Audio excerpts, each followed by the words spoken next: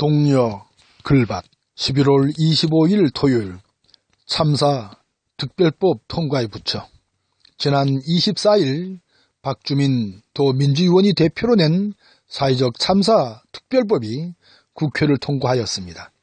국회 선진화법에 따라 신속 처리안건 제1호로 지정되었던 법안입니다. 국회는 이날 오전 제적 216명 가운데 찬성 162명, 반대 46명, 기권 8명으로 가결하였습니다.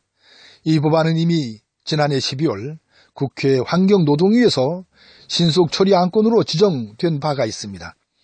이처럼 신속처리안건으로 지정될 경우 상임위 등에서 계류기간이 330일을 넘기면 자동으로 국회 본회의에 상정되도록 규정하고 있습니다. 이 사회적 참사 특별법은 세월호 참사와 가습기 살균제 사건을 조사하기 위하여 9명으로 특별조사위원회를 구성하고 운영하도록 규정되어 있습니다. 구성은 여당 4명, 야당 4명, 국회의장이 1명씩 추천합니다. 만일 9명 모두 선임되지 않을 경우는 6명 이상으로 위원회를 구성할 수도 있습니다. 활동기간은 1년으로 하되 위원회 의결로 1년을 더 연장할 수 있습니다.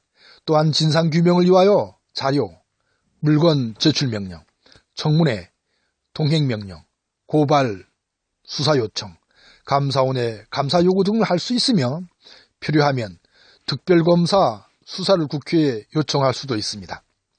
따라서 이전의 특조위에 비하면 더 많은 권한이 보태어졌다고 볼 수 있습니다.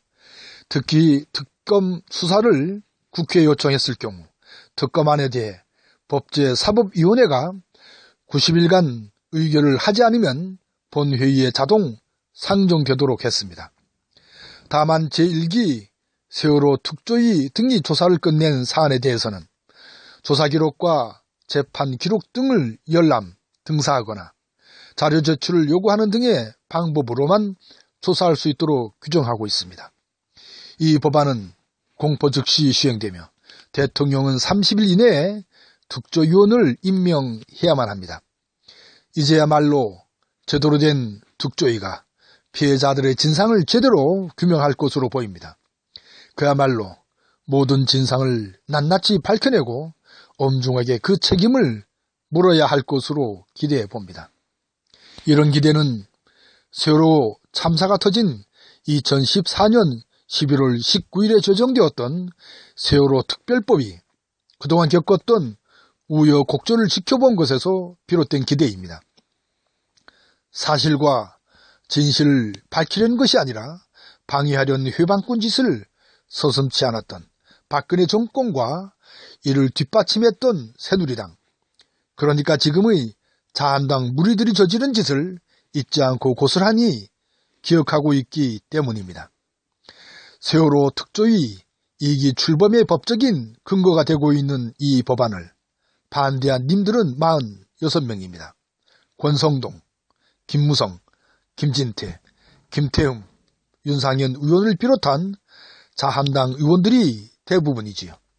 바른정당의 박인수 의원 1명이 거기에 낀 셈이지요.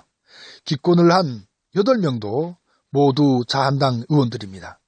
투표에 참여하지 않은 님들도 대부분 자한당 의원들일 것으로 미루어 짐작할 수 있죠.